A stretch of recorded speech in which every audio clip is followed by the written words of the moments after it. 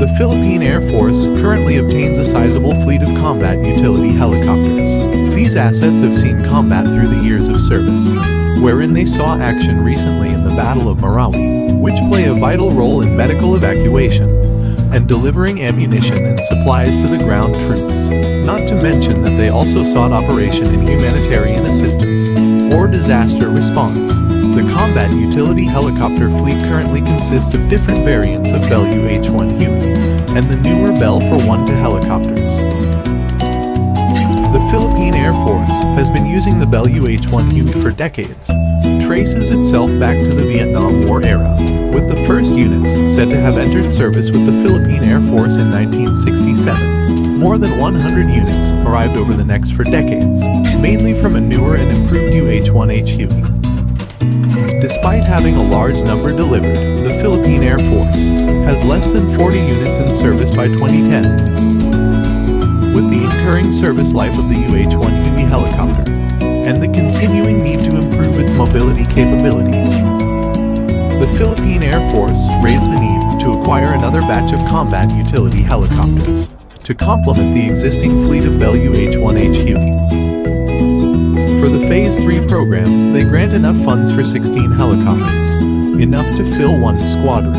As expected, the Department of National Defense designated the Combat Utility Helicopter Phase 3 to be a negotiated procurement rather than public bidding, and the Philippine Air Force recommended the deal to be awarded to Bell Helicopters, which offered a newer variant called the Bell 412 EPI. Compared to the Bell 412 EP, it has a more powerful engine, the latest avionics, and other safety features. In December 2017, the Department of National Defense and Bell Helicopters signed a contract of 12.1 billion pesos under a government-to-government deal with the Government of Canada through the Canadian Commercial Corporation, with the first deliveries expected by 2019 and contract completion by 2020. But several sectors within the Government of Canada questioned the sale of the helicopters to the Philippines, with concerns of using them in human rights abuse by the Philippine military, based on the perception of President Duterte's government on being a perennial human rights abuser.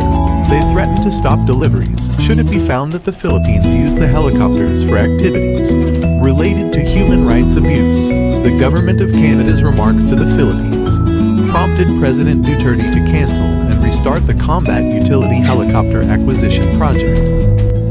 After almost a year of the selection process, the Philippine Air Force decided to go with the Sikorsky S-70I Blackhawk.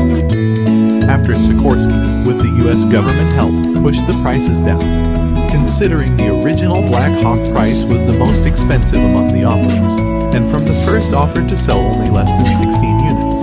Now Sikorsky will supply 16 Blackhawks for the same budget. The original market price of US-made UH-60M Blackhawks would cost $20 million each, and even the Polish-built S-70I will cost upward of $15 million.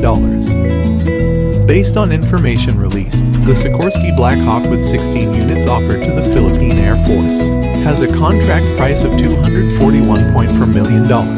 Even based on previous Blackhawk acquisition by other countries, $241.4 million isn't enough to allow for the procurement of 16 brand new Blackhawks, even the cheapest variant.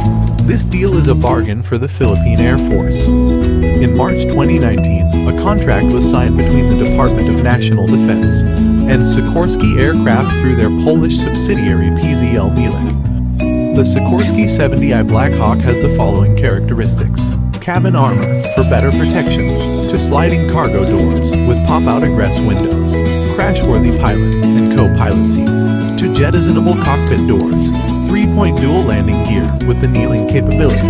It has an active vibration control system, wire strike protection system, transition equipment storage compartment, foldable tail pylon for shipping and storage, built-in work platforms, engine cowlings, and hydraulic deck. State-of-the-art mission systems provide unprecedented effectiveness and survivability. Radar warning receiver, automatic direction finder, missile warning system, 3-station crew, digital ICS, laser warning, intelligence broadcast receiver, and advanced data links. It has for landscape, multifunctional displays, and flyaway kit to provide immediate communication capability in remote locations, fast rope insertion extraction system, and RAPL mission provisions, cabin interior soundproofing panels, with 13 troop seat provisions for 13 fully loaded troops, and integrated vehicle health management system provisions are the unified capability of systems to assess the current or future state of the member system health and integrate the picture of system health within a framework of available resources and operational demand. It has the engines with maximum continuous power output of 1,160 kilowatts. It has the crew, the pilot and co-pilot.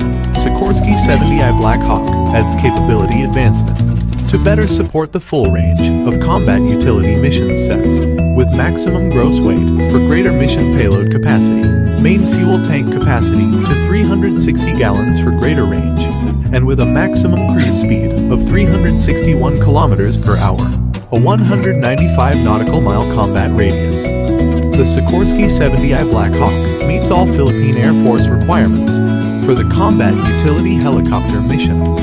On the 9th of November 2020, the first 5 units of S-70I were delivered via the Antonov heavy aircraft to Clark Air Base, while the 6th arrived aboard a ship on the 27th of November, and it was expected the delivery of the remaining 10 units within the first quarter of 2021. The Sikorsky Combat Utility Helicopter will ensure the armed forces of the Philippines service members and civilians to have a way out and a ride home, and provide multi-mission support capability, answering the call in war, in peacetime, and in disaster and relief of humanitarian operations.